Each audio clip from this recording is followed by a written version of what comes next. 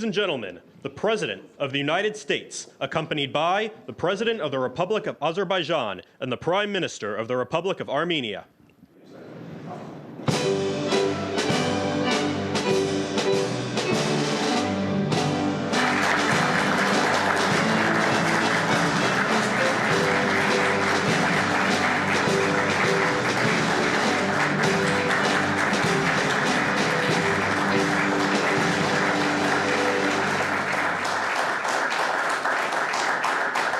Thank you very much. Thank you very much. It's a great honor. Thank you.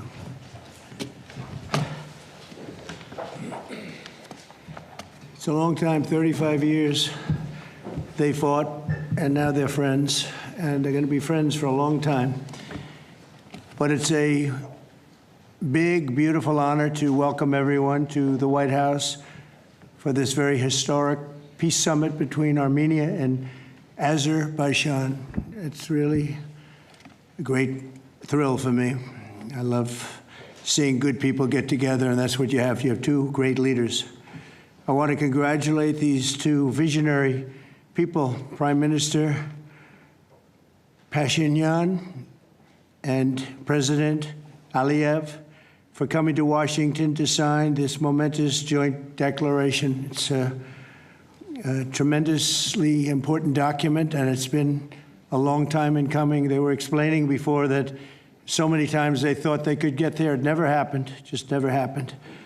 I also want to thank Secretary of State Marco Rubio, Special Envoy Steve Witkoff, and their teams at the State Department. And I see that we have Chris Wright outside and Senator Steve Daines sitting right here. Thank you, Chris. Thank you very much. And Steve, thank you very much. And we have some other wonderful dignitaries, including the dignitaries from your country. But they provided tremendous diplomatic assistance. And Marco, congratulations. It's a big thing. Keep going. He got many jobs. And then, of course, you would say Steve was quite influential. I call him Henry Kissinger, who doesn't leak. For more than 35 years, Armenia and Azerbaijan have fought a bitter conflict that resulted in tremendous suffering for both nations. They suffered gravely for so many years. Many tried to find a resolution, including the European Union. The Russians worked very hard on it, never happened. Sleepy Joe Biden tried, but you know what happened there. He tried for probably 12 minutes and didn't work out. And many other countries tried, and they were unsuccessful. But with this accord, we've finally succeeded in making peace, and we just left the Oval Office where we signed voluminous documents and very important elements to the agreement. The country of Armenia and Azerbaijan are committing to stop all fighting forever, open up commerce, travel, and diplomatic relations, and respect each other's sovereignty and territorial integrity, so importantly. And I just spent a lot of time with these two men. I think they're going to have a great relationship. You want to know the truth? They didn't see each other that much, but they probably will. I think they're going to have. I think you two are going to have a great relationship. I have no doubt. And if you don't, call me and I'll straighten it out. Okay. Very importantly, we have also resolved the key issue that foiled previous negotiations. This declaration establishes what they are calling a great honor for me. I didn't ask for this. The Trump route for international peace and prosperity, which is a special transit area that will allow Azerbaijan to get full access to its territory of Nakhchivan while fully respecting Armenia's sovereignty. So they're going to be able to really live and work together, and it's amazing. So that's a very important territory, I guess, very special territory to you, and now they work together. Armenia is also creating an exclusive partnership with the United States to develop this corridor, which could extend for up to 99 years. And then they promise in 99 years they'll extend it, right? You'll promise. But we anticipate significant infrastructure development by American companies. They're very anxious to go in to these two countries, and they're going to spend a lot of money. a lot of money, which will economically benefit all three of our nations. This is incredibly positive news for the future of the entire region, and it's a very important region, as you know. Additionally, the U.S. is signing a bilateral agreement with both countries to expand cooperation in energy, trade, and technology, including AI. And in terms of energy, Chris is here representing our country, and there's nobody better than Chris Wright. And Chris, I understand it's very fertile. It's a very fertile area. So I appreciate everything you've done. You've done amazingly well. We've got the gasoline prices coming way down from where they were, and it's really been something to watch. We are drilling like we haven't drilled in many years, I guess I could say ever before, and we just started. We're also lifting restrictions on defense cooperation between Azerbaijan and the United States of America. The president, that's a big deal. Is that important to you? I think so. That was pretty good. They're very happy about that. So am I. As president, my highest aspiration is to bring peace and stability to the world. Today's signing follows our success with India and Pakistan. They were going at it. They were going at it big, and they were great, two great leaders that came together just prior to what would have been a tremendous conflict, as you know, a nuclear conflict probably. Also the Congo and Rwanda. Now, that was one which was going on for 31 years. You have them beat. 35 years you had them beat. But that was going on for 31 years, and we have it all done, and people are very happy. That was a rough one. That was nasty. 7 million people that they know of died. Also, just recently, Thailand and Cambodia, that was one that was just starting. That 2,000 people were dead on the border, but it was just starting. And I was talking to one of the two nations on trade, and I said, I'm not going to sign a trade deal if you guys are going to fight. And I got the other one. And again, great leadership, Thailand and Cambodia. And before it got started, beyond that first couple of days, we stopped the war. And they've had wars periodically, very much as you two have had long-term wars. And we got it stopped. And the two, again, I find in all cases, they're great leaders. If they didn't agree, I would say they're lousy leaders, to be honest with you. But they did agree. And so Thailand and Cambodia, Serbia and Kosovo, we got something stopped that was ready to start. We didn't like that one. We didn't like it at all. And we saved a lot of lives. And numerous others. In addition, as you know, we took out the nuclear capability of Iran. And to use a term that people tried to dispute without any knowledge, it was obliterated. That's been confirmed by the Atomic Energy Commissions, everybody, that's totally obliterated. They might try again, but they're going to have to try a new site because they are, and I want to just say our military, we have the greatest military in the world. We have the greatest equipment and military manufacturing anywhere in the world, nobody even close. And that sort of proved it. So getting rid of that threat from the Middle East was very big. And I think a lot of people are going to be joining right now the Abraham Accords. It's going to be very important. So hopefully we're going to have many more successes. I hope we're not going to have too many more in this field because hopefully we're not going to be seeing too many more wars. But I came in and this whole world was on fire. All these things were sort of happening. We've only been here for 6 months. The world was on fire. We took care of just about every fire, and we're working on another one that you're reporting on very strongly with Russia, Ukraine. And we'll have some more information for you a little bit later. But I want to ask these two very special people. Again, I've gotten to know them. They're very special people. And I think they have the potential to have a great personal relationship, which is always good, but also a great just relationship. And if I might, may I ask you to say a few words, sir? Thank you very much, Mr. President. First of all, thank you for invitation. It's a big honor to be invited by the President of the United States for this historic event. Actually, we are writing a new history in a bilateral interstate relationship between the United States and Azerbaijan. We are starting the path towards a strategic partnership. The Charter on Strategic Partnership will be elaborated within several months, and that is a historic achievement for Azerbaijan. because to be in the format of strategic partnership with the greatest country of the world is a great opportunity and also a very big responsibility. And this strategic partnership format embraces so many important areas: mutual investment, trade, energy, connectivity, transit, AI, defense sales, counterterrorism. So all these areas where we had and hopefully will have very active cooperation in the future. So it opens a lot of opportunities for Azerbaijan to continue its path of development, to diversify its economy, to keep unemployment low as it is today, and to look to the future with great optimism. Also, I'm very grateful to Mr. President that he today lifted the restrictions which have been imposed on Azerbaijan back in 1992, just only 1 year after Azerbaijan restored its independence. These restrictions have been imposed on us. So after 33 years, these restrictions have been lifted just today.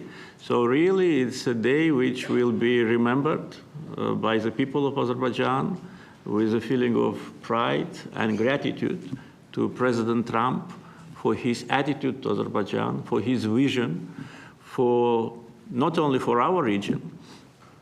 We were exchanging views today, and I said that within several months he managed to put an end to conflicts in Asia, in Africa, and now in Southern Caucasus. What we could not achieve for more than 30 years. We had to sacrifice lives. We had to fight two very bad wars with a lot of casualties. And if not for President Trump and his team, and our great friend, Mr. Witkov and his team, probably today, Armenia and Azerbaijan would have been again in this endless process of negotiations. So really, it's a historic day.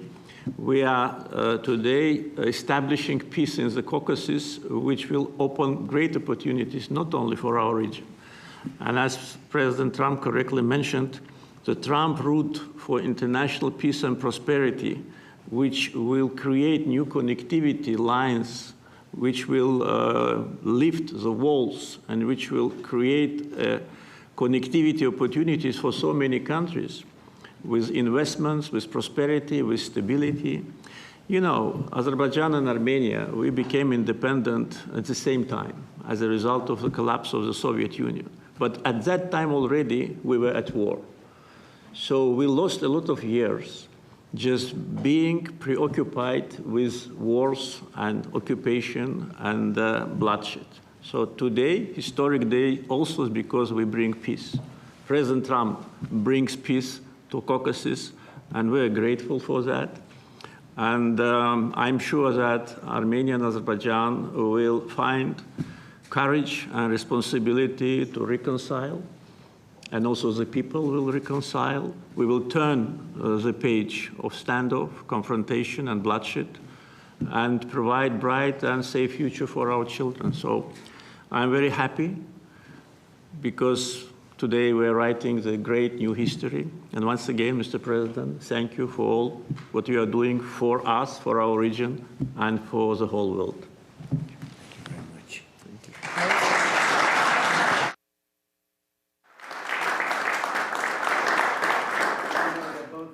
Great leaders. How long have you been in the leadership position?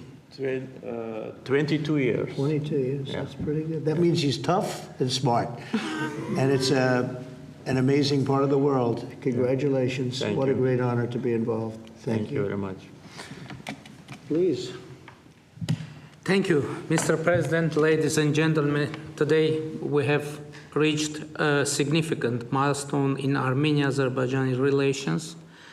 We're laying a foundation to write a better story than the one we had in the past.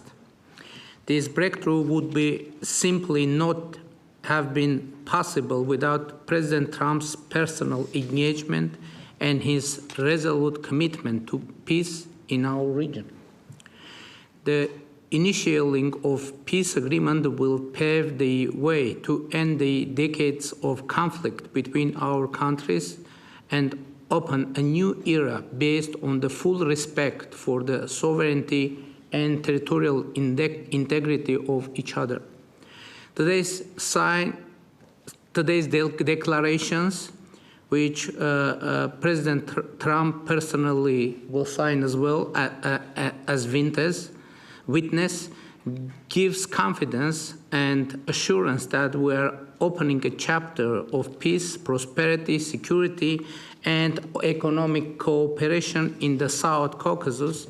In this context, allow me to highlight the agreement on opening transport communications in the region based on the principles of sovereignty, territorial integrity, and jurisdiction. I'm particularly thrilled that together with the US, Armenia will work to bring to life the TRIP, Trump Road for Peace and Prosperity, a connectivity project that will unlock the entire region. TRIP will unlock strategic economic opportunities that will create long-term benefits. It will promote infrastructure investment, enhance regional connectivity, and strengthen U.S. leadership as a champion of conflict resolution. I want to thank President Trump and his team for brokering this game-changing outcome between Armenia and Azerbaijan. This is a great deal we've achieved today. This is a success for our countries and for our region, and a success for the world, because a more peaceful region means a safer world. This is peace through strength in a nutshell. Mr. President, today's great achievement is yet another testimony to your global leadership and your legacy as a statesman and a peacemaker on the world stage. Bringing peace required vision, political courage, and determination. But what is most important is that it requires faith in the cause. As it is said in the Holy Bible, blessed are the peacemakers, for they will be called children of God. May God enlighten this way. Thank you, and my congratulations to all of us, President Aliyev, to you, to all of us, colleagues from Azerbaijan, Armenia, United States, and all the people of our region, all the people of our countries, and my congratulations to the world, because, as I said, it will definitely make world a better place. Thank you. Thank you.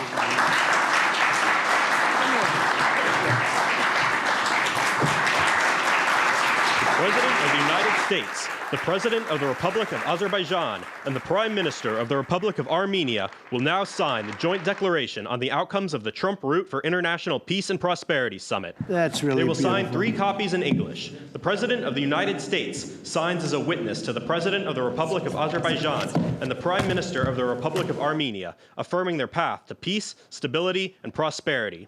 We kindly ask that all guests remain seated for the signing of the documents.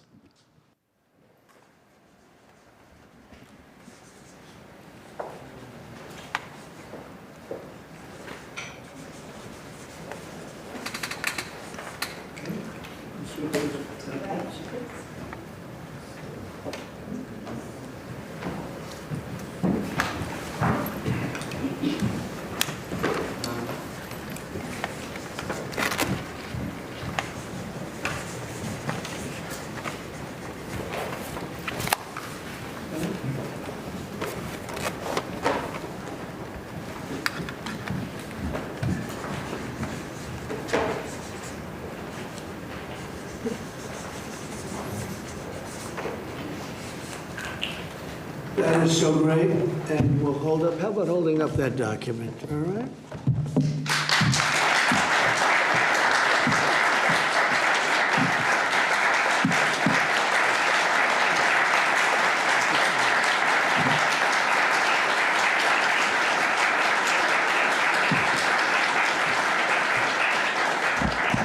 Well, thank you. This is really a big day, and we have some other big announcements, but I didn't want to make them because I don't want to do anything that could even in a little way overshadow what's taken place today. 35 years of death and hatred, and now it's going to be love and respect and success together. And I didn't really want to do anything that would in any way overshadow. I don't think it can be overshadowed when you're at war and so many people have suffered and so many people have been killed, and now you're going to have great peace. And I look forward to that corridor, because that corridor sounds, I'm going to have to get over there. I'll bring Senator Daines with me, and we're going to have to get over there, Steve. So, but this is a really great achievement, and I congratulate you. You're two incredible leaders. You're going to go down in history.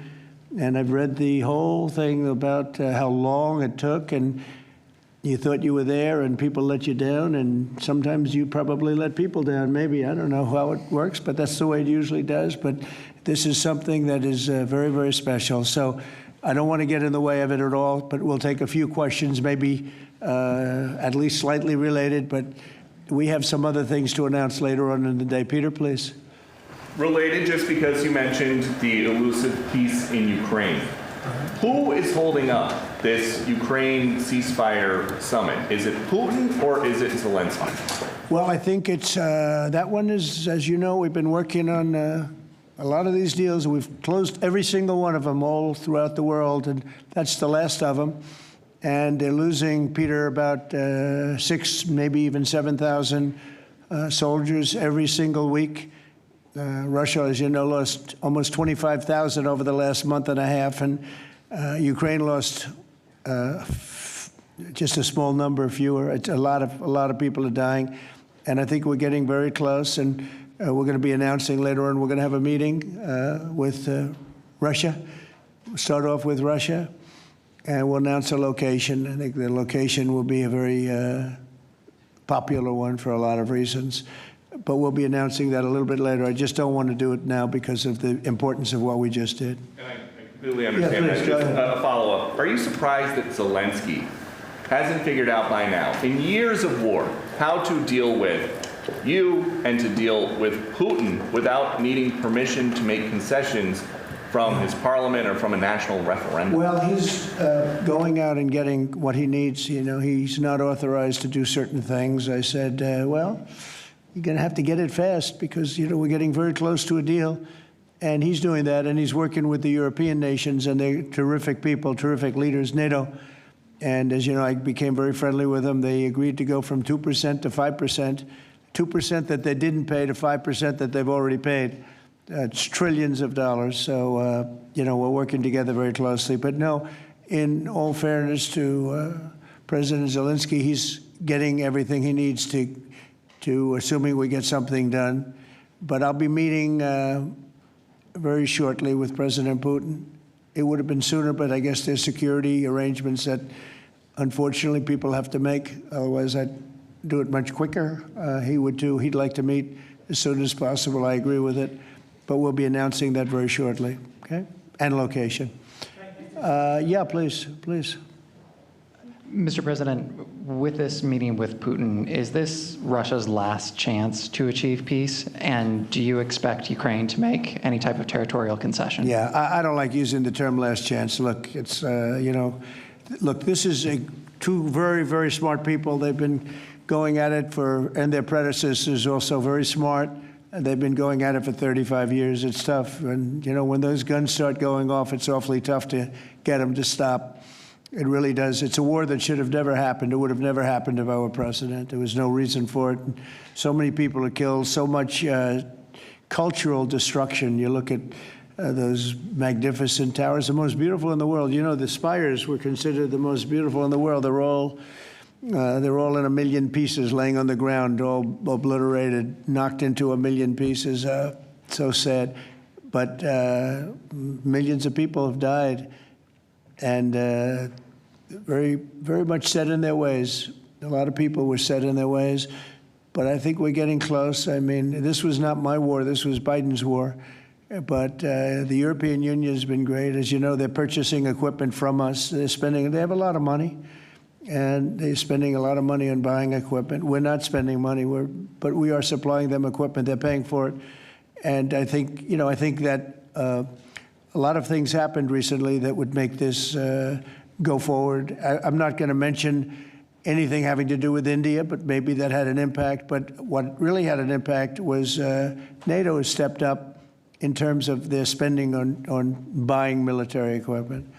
We're in for, probably through Biden and his people, $350 billion. $350 billion.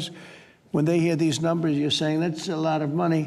$350 billion the United States has spent on that. It should have spent nothing because it should have never happened. It would have never happened. And Europe is in for over $100 billion, which is, it should be the opposite if we were in for anything, but it should be the opposite. And I will say that Europe wants to see peace. The European leaders want to see peace.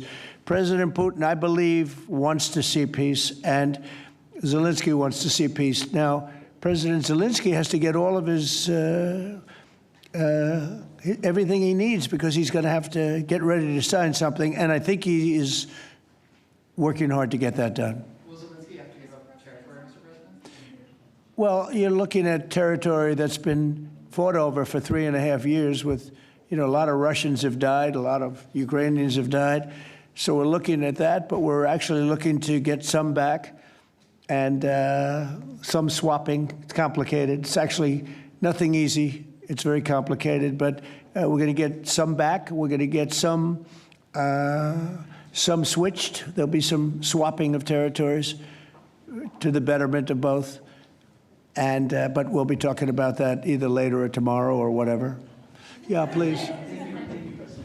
Say it. If I could ask a question of your guests and also of you. Yeah. Of the guests, will the Armenians from Nagorno-Karabakh be allowed to return? And also, do you have any thoughts on the talk about President Trump winning the Nobel Peace Prize? And for President Trump, you're working on resolving 2 other major conflicts. In Gaza, you've spoke of resettling the Gazans. The country of Somaliland has expressed potential interest if you were to diplomatically recognize their independence. Are you inclined to do so? And also, did President Putin present an award to Mr. Witkoff during their recent visit? He likes Mr. Witkoff, I can tell you that. That's true. Please, go ahead.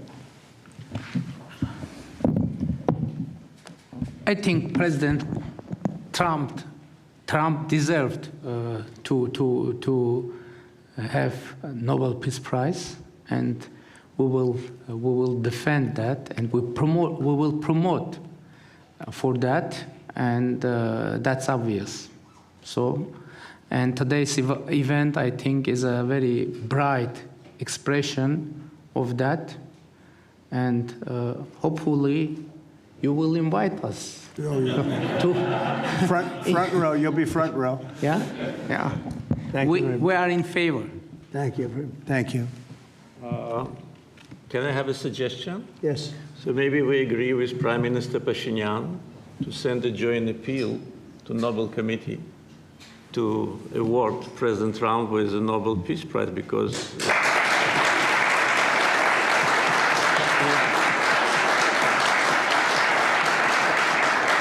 from the leaders of the countries which were at war for more than 3 decades, having this historic signature here, it really means a lot. This is tangible result of President Trump's leadership, and no one could have achieved that. There have been many presidents here since beginning of 90s, and the so-called Minsk process, which, by the way, today we put an end to with my Armenian colleague, started in 1992. So negotiation under the auspices of OSCE continued for more than 3 decades without any result. So who, if not President Trump, deserves the Nobel Peace Prize? I don't want to go into the history of some very strange decisions of the Nobel Peace Committee to award the prize for someone who didn't do anything at all. But President Trump, in 6 months, did miracle. So I think that my Armenian colleague will support it, and judging by the reaction of the audience, I think as soon as we come back, we will agree to issue a joint letter. And hopefully, and I also join when President is awarded, we hope that he will invite us to the ceremony. You certainly will be. Thank you very much. Do we have draft to sign now? Well, we'll see what happens. We already It's like to early. sign. Thank you very much. It's very nice. We're looking into that right now. Good question, actually, and another complex one, as you know, but we're working on that right now. Somaliland. Mr. President, thank you so much. I wanted to ask you, have you spoken to Russian President Putin yet? And would you go to Russia or Ukraine? And what exactly would you say We'll to him? be announcing a location in maybe a little while, and I think you'll be very happy. We'll see what happens, right? All we can do is do our best. We've been working on this one for a long time. This is a very complicated one also. This was extremely complicated, but we made it less complicated, and we had two very brilliant people on my right and my left. They understood what was at stake. I think if it didn't get done now, it might have never gotten done. So this is the same, very similar with Ukraine. It became more and more complicated as time went on. It was simple at the beginning. It wasn't going to happen. But it became more and more complicated. But I think we're getting close. Yes, ma'am. Yes, go ahead, please. Could the location for the summit be Italy? Location, Oh. Italy. I will give it to you very soon. Honestly, I don't want to do anything. These guys, I don't want to do anything where that's like, because this is a bigger story than a location. A location's good. I'm a real estate person. I know about a location. But there's nothing to compete with this in terms of what we're doing today. It's just such a great achievement for these two. Really, they'll go down as great leaders for what they did. I put them together, but what they have been able, and I don't want to do anything. So we'll talk about it later.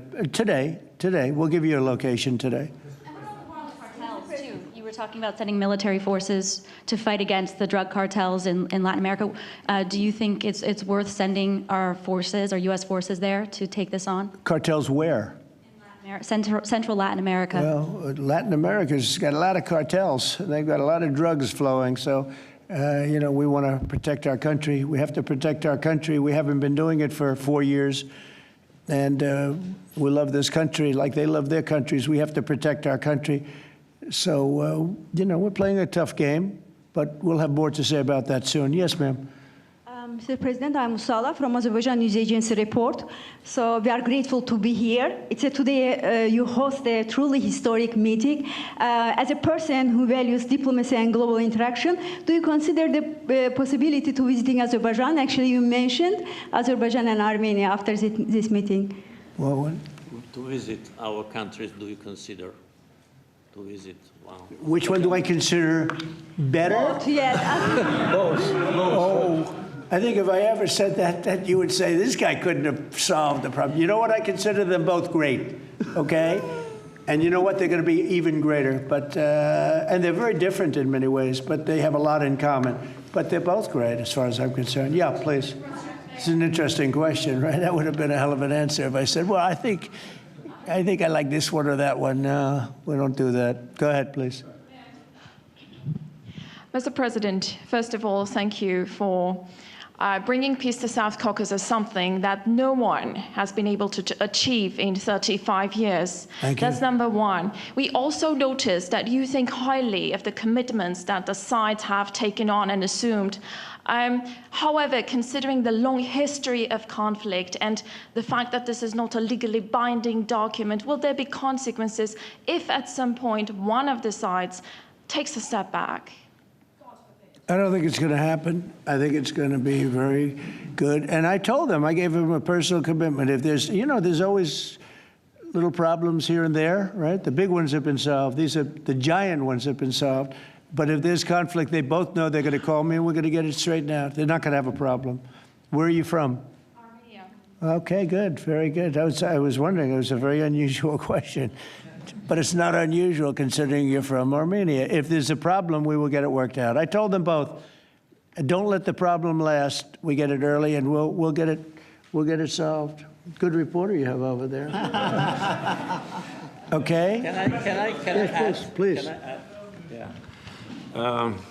First of all, I'd like to say that today we initialed the peace deal, which was in the process of negotiations for quite a while.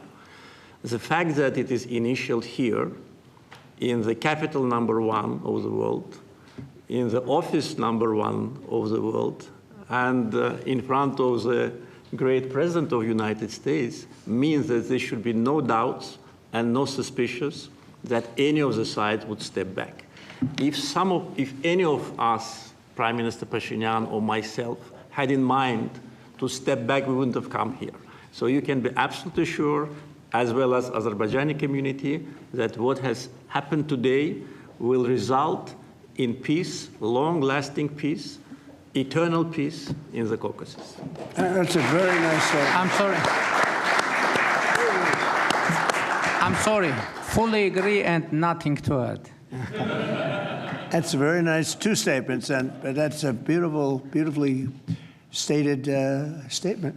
Let's go. A couple of more. Yeah, please. Mr. President, many in the South Caucasus have pinned the blame on your predecessor, Joe Biden, and his Secretary of State, Antony Blinken, for obstacles in America's bilateral relations with Azerbaijan and peace in that part of the world. How important is it to you to elevate your country's partnership and your administration's partnership with Azerbaijan, with Armenia, and how important is this for your legacy? Well, to me, it's very important, but it's, you know, I know the history of what was going on because I do a lot of reading, and they've been at a vicious, you know, they've had a very contentious relationship for a long time. It's war. Most of the time was war. And so to get it done, they're great people. I know a lot of people from Armenia. I know a lot of people from both countries, and they're incredible people, and it shouldn't happen what has happened. I wish we could have been here sooner, you know, if the election were different. I'm going to be nice today. I'm not going to be controversial and say the election was rigged. I would have had this thing solved 4 years sooner. But the truth is, that's right. If the election weren't rigged, I would have been here 4 years sooner. We would have signed the same agreement 4 years sooner. But it didn't happen, and the Biden administration did really very little, actually nothing, to get it done. But they did nothing to get really anything done. It was this country was in very serious shape. And I say it over and over again. I met all the leaders of NATO. I went, as you know, to the Middle East. I was with the King of Saudi Arabia, the leaders of great countries, right? Qatar and UAE and others in the Middle East. And everyone essentially said the same thing. We had a dead country 1 year ago. We had a dead country. Our country was dying. And now we have the hottest country anywhere in the world. It's not even close. We have the hottest country in the world. And it's an honor to use that, if you call it power or respect or whatever it is, to settle wars like we have right here to my left and my right. And these two guys are very smart. I got to know them, and they're very smart. They're not going to, I don't think they're going to ever have to bother with me. They may call me just to bug me a little bit. Let me put them to a test, and they'll call because they like to call me. But they're not going to have any problem. We have a very comprehensive agreement. It's a peace agreement.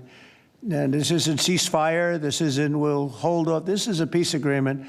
And they're going to end up doing a lot of business with each other. They're going to do a lot of business with the United States. And I'm going to always remember, at least during the time that I'm here, I'm going to remember how smart they were, how good they were.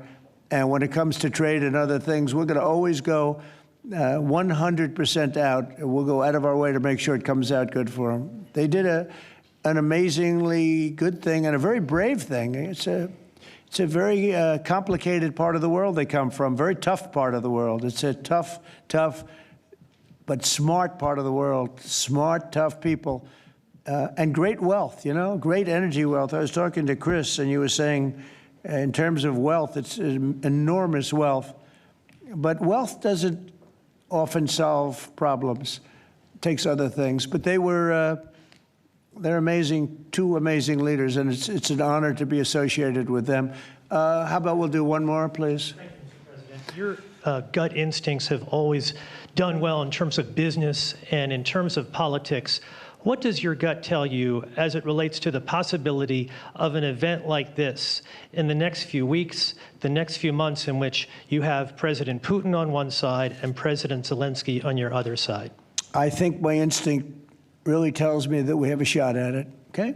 And you'll find that out later on, and maybe even today, but we have a shot at it. Look, it's got to be solved.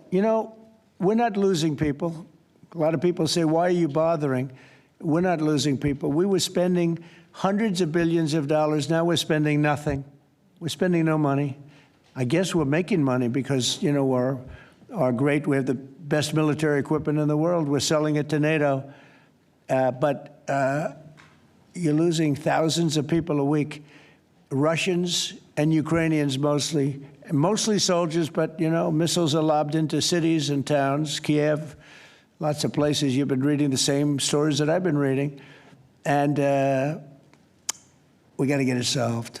The Norwegian Nobel Committee will make their announcement as it relates to this year's Nobel Peace Prize on October the 10th, Friday, October the 10th. Is that date circled on your calendar, Mr. President? I can't say. I mean, a lot of people say, you know, no matter what I did, because, you know, I'm of a certain persuasion, no matter what I do, they won't give it. And I'm not politicking for it. I have a lot of people that are. I know. I mean, I read the same things as you do. But it would be a great honor, certainly. But I would never politic. I'm not doing it for that. I'm doing it because of, I really, number one, I want to save lives. That's why I'm involved so much with Ukraine and Russia. It's saving lives of Russians and Ukrainians. It's not American lives. Now, I would say this, that war could have escalated in something much better. That could have been a world war. I think if we didn't come, Ukraine-Russia would have ended up being a world war. And I stopped that. That stopped. Now, the only question is, when is it going to be settled? And it could be very soon, but when is it going to be? But that would have been a world war. If I didn't come along with a very talented group of people sitting largely right here, but there are others not in the room that are very talented, I think Russia, Ukraine would have had a very, very high degree, I think even probably would have ended up being in a world war. Your predecessor. I don't think people talk about that now because they don't see it anymore, but we've brought it down a long way. But that was getting to a point. When I first came in, I said, wow, this thing is really bad. And it could have escalated to a level that you people would have been very unhappy with. Yeah. Your predecessor, Mr. President, President Ronald Reagan, had a phrase as it relates to dealing with the then Soviet Union and also Mikhail Gorbachev. The phrase was trust but verify. Do you subscribe to that same view as it relates to Mr. Putin and Russia? Well, I do, relating to everybody. I mean, not just President Putin, but also people and leaders that I deal with. Look, I'm dealing with trade. And some of the worst deals we made, some of the worst trade deals we have, I talk about friend and foe, right? Friend and foe, two interesting words. Some of our worst trade deals were not with the foe, they were with the friends. Our friends were just killing us on trade. Not anymore. Not anymore. We're taking in trillions of dollars, and we're respected, and we're settling, through trade, even a little bit here, less here than on some, but through trade, I got things settled. With India, Pakistan, I think it was trade more than any other reason. That's how I got involved. I said, I don't want to be dealing with countries that are trying to blow up themselves and maybe the world. They're nuclear nations. That was a big one. Getting that one settled, I think you'd agree, that was a big one. And they were going at it, they were shooting airplanes out of the sky. 5 or 6 planes got shot down in their last little skirmish, and then it was going to escalate from there. And that could have gotten to be very, very bad. No, I want to save a lot of lives. I love saving lives. That's what it's about. And when you save lives, you really end up having a peaceful world. Usually that ends up pretty well. I want to thank everybody, but in particular these two great leaders for having the courage to do what they did today, and they're going to go down in the history books. And it's a great honor to be involved. Thank you very much.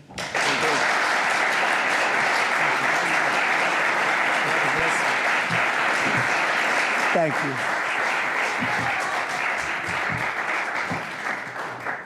Thank you. Ladies and gentlemen, please remain in your seats until the leaders have departed the room. Thank you.